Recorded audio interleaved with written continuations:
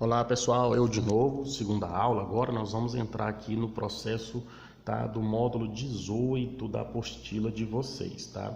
Esse módulo 18 aqui, pessoal, ele vai estar falando sobre aberrações cromossômicas e números euploidiais, tá?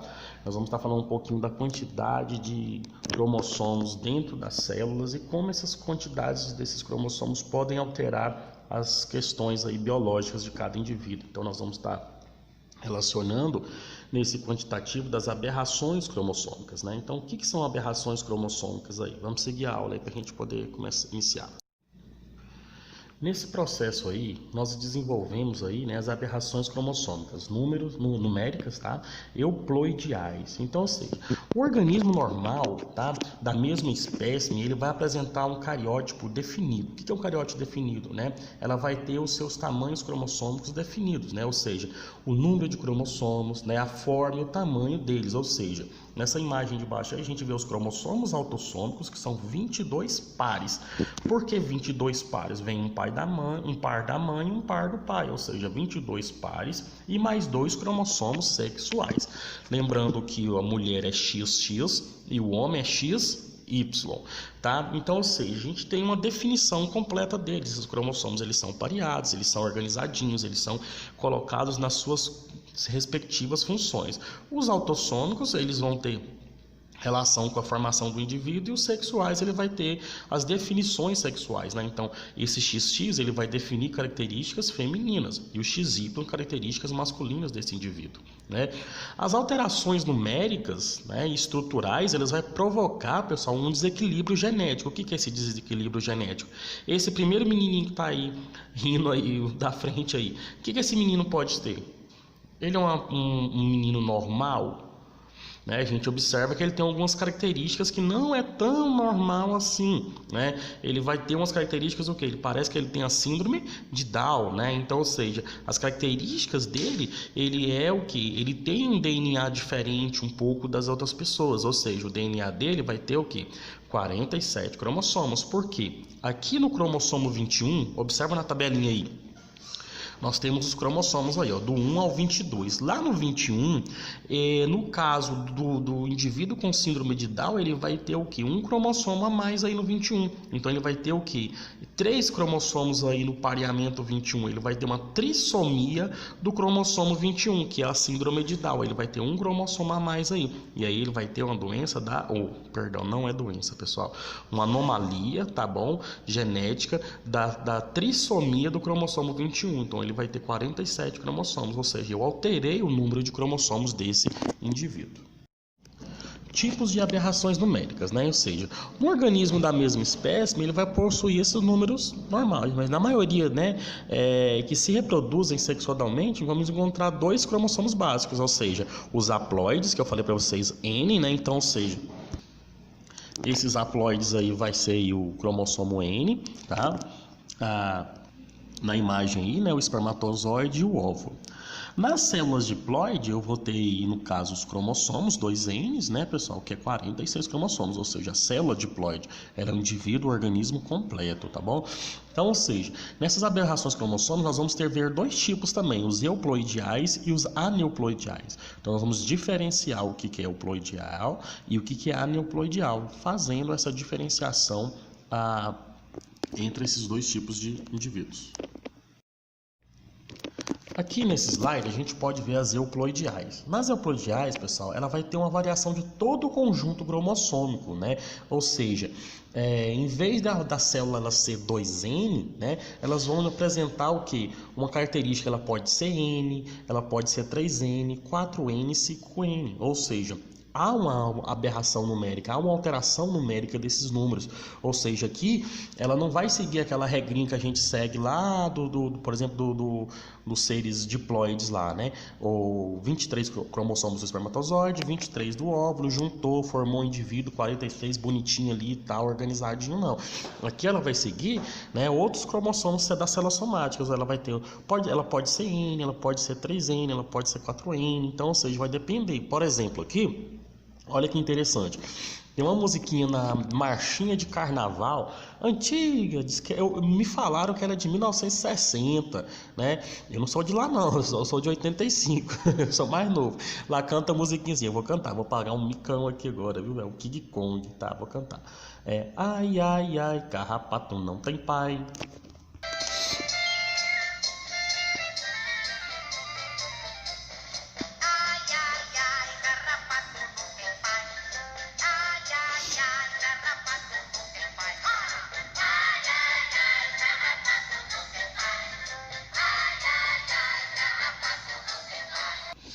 E aí, pessoal, o que achou da minha performance aí? Nossa, Deus do céu, ai, credo. Então vamos lá. O que acontece? Esse processo aí a gente vai chamar ele de partenogênese. Por quê, pessoal? Nesse caso aqui, alguns indivíduos, por exemplo, ele não vai ter pai. Por quê? Porque somente uma parte do gameta do indivíduo vai ser fecundado, ou seja, aqui nesse processo aqui euplodial, o zangão, né, ele é N e a rainha ela é 2N. Por quê? O correto seria o zangão 2N, a rainha 2N, ele mandar N, a rainha mandar N. Vai formar um filhote 2N. Esse é o processo normal. Mas nesse caso aqui, você pode observar que o óvulo da rainha, tá? Da rainha, ele vai desenvolver no zangão, ou seja, ela não vai ter o pai do zangão, ela vai ter somente a mãe do zangão, porque o N, o óvulo dela, por alguma coisa na natureza, ele desenvolve o zangão. Esse zangão depois, ele vai ter um espermatozoide também, N, né? Porque ele é somente N, ele vai mandar um espermatozoide N que vai juntar com outro espermatozoide da rainha lá em cima, lá, ó, e vai formar um zigoto 2N. Esse zigoto 2N, né, com um total de cromossomos, vai formar uma rainha e uma obreira, né? Mas o zangão continuará sendo somente N, beleza? Então, ou seja, ele não tem pai. Isso acontece com carrapato, com algumas formigas e com alguns organismos na natureza. Esse processo também a gente pode falar que ele acontece na anáfase, porque nas disjunções, lembra na anáfase quando aquelas fibras do fuso mitótico gruda lá nos centrômeros e puxa os cromossomos cada um para um lado para fazer a divisão celular, né? Então, ou seja, ali não há disjunção. Então, se não há disjunção, observa que a fecundação aí, ó, algum óvulo ficou sem cromossomo, ou ele pode ter entrado 2 cromossomos, então ele pode ser 2N, ele pode ser N, ele pode ser 2N mais 1, 2N menos 1, entendeu? Então, na disjunção, na não disjunção, no caso aí, né? Ou seja, lá no processo da meiose 2, aonde vai acontecer lá na anáfase, onde vai puxar e separar eles, pode acontecer esses erros, entendeu? Então, bem interessante isso aí, a gente lembrar disso aí. Pessoal, na aneuploidia, né, também conhecida aí também como cromossopatias, né? Ou seja, são responsáveis pelos sintomas característicos de várias síndromes. Então a gente também pode observar aí algumas síndromes de Turner, síndrome de Down, síndrome de Klinefelter, a síndrome de Edwards, síndrome de Patau. A gente já falou sobre isso na sala de aula, sobre algumas síndromes relacionadas a essas características aí genéticas, né? Então aí a gente vai ver algumas síndromes, ele vai ter 45 cromossomos, a de Down vai ter 47, Klinefelter, né? Ou seja, tem algumas síndromes onde vai ter duplo Y, ou seja, algumas características genéticas aí que o indivíduo vai desenvolver em função dessa variação do material genético, que pode ser para menos, né, ou pode ser para mais, né? Então, ou seja, ela vai estar ali perto ali dessa qualificação normal. Nós temos também a haplodia ou monoplodias, né? Ou seja, haploides, ou seja, quando ocorre no organismo, apresenta células com apenas um conjunto de cromossomos. Então, quando ela apresenta somente um conjunto de cromossomos, né, nós vamos desenvolver isso aqui. No caso aqui, a gente estava falando das abelhas, né, e vespas, aí os machos são haploides, ou seja, eu tenho uma haploidia. O macho é haploide, né? Lembra do zangão lá, que ele é haploide? Ou seja, isso aí a gente vai chamar de partenogênese, tá bom? A partenogênese. Então, ou seja, em insetos, esse óvulo não fecundado produzem óvulos 2N, né? Que vai evoluir em fêmeas aí diploides. Mas agora, os óvulos não fecundados, né, que são aqueles, o óvulo que não fecundou, ele vai dar origem por partenogênese, tá? E vai entrar na divisão aí formando esses machos haploides, ou seja, denominados os zangões, beleza? Então, ou seja, eu tenho uma definição, uma formação do indivíduo sem a formação do espermatozoide. Então, vai ter essa disfunção aí e essa criação desses indivíduos, beleza? Já aqui na poliploidia, tá? Na poliploidia, eu vou ter a existência de 3 ou mais conjuntos cromossômicos, né? Ou seja, você vai estar aí triploides, 3N, ela pode ser tetraploides, 4N, pentaploides, 5N, né? Então, eu vou ter aí o que? Essas divisões, ou seja, eu vou ter mais de um N dentro da célula, mais de 2 Ns, beleza? 3Ns, 4N, 5N. Então, isso vai acontecer por quê? Através de dois processos. Tem a autoploidia e a aloploidia. Muito nomezinho, né, pessoal? Mas aí você vai fazer no seu caderno aí, faz um esqueminha bem legal para você não se perder. Então, você coloca poliploidia, autoploidia e aloploidia. Depois você vai fazendo a diferenciação. Depois nós vamos revisar isso aí, fazendo um esquema legal para vocês, beleza? Aqui na autoploides, né? Autopoliploidia, também posso falar assim, são poliploides, né, portadoras de 3 ou mais conjuntos cromossômicos da mesma espécie. A gente vai citar aqui a drosófila, muito usada em estudo científico por causa da boa facilidade, o pessoal tem facilidade para mexer no DNA dela, né? Então aqui, nesse caso da drosófila, as fêmeas, né, elas vão ter que produzir óvulos não reduzidos, ou seja, diploides, o óvulo dela não vai se reduzir, né, no caso aí no que era o correto, né? Por exemplo, lá o óvulo ela vai se reduzir uma forma o quê? N para juntar com o espermatozoide e formar um indivíduo 2N. Nesse caso aqui, o óvulo não vai reduzir, ele vai descer simplesmente 2N, né? Que é fertilizado originando uma fêmea 3N. Você pode observar aí, o espermatozoide vai entrar no óvulo 2N e vai formar uma fêmea triploide. Ou seja, ela vai ter 3 tipos de materiais genéticos dentro dela, ou seja, ela tem uma quantidade maior de cromossomos, né, pessoal? A gente pode observar isso daí. Por exemplo, nosso DNA, por exemplo, se acontecesse isso com o nosso DNA, e daria o quê? Um indivíduo com 66 cromossomos. Isso não acontece, pessoal, em seres humanos, mas se acontecesse, poderia surgir aí um hiper mega ser super-humano, entendeu?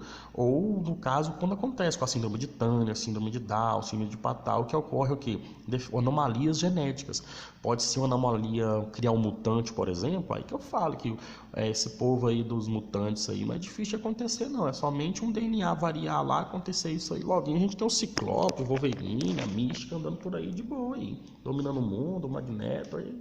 Você sabe, já sabe o resto da história aí, né? Tô viajando aí. Aqui na aloploidia, pessoal, né? Alopoliploides, eles se apresentam em conjuntos cromossômicos de espécimes diferentes. Lá no autoploides, eu teria a espécie da drosófila, mesma espécie. Aqui na aloploidia, eu vou ter o quê?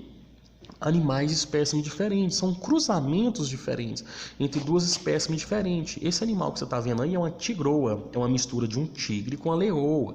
Eles misturaram cavalo com zebra, né? É muito comum a gente conhecer aqui no Brasil mesmo, a gente tem a mula, né? A mula é da égua com jumento e a mula ela é infértil, então eu tenho um animal híbrido. Aqui eu também tenho um híbrido, um tigre com a leoa. Eu vou colocar um vídeo pra gente assistir hoje ainda aí, tá? Juntamente com esse meu aqui, pra gente poder...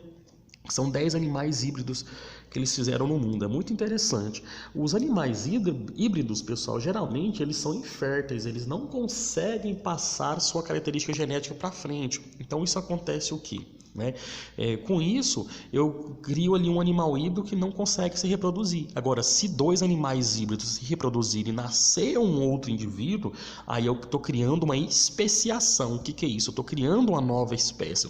Por exemplo, 2 tigroa aí, tigre com leoa, cruzarem e nascerem um outro filhote, aí tudo bem, eu estou criando uma espécie tigroa, é uma nova espécie. Mas o correto seria que isso não aconteça, tá?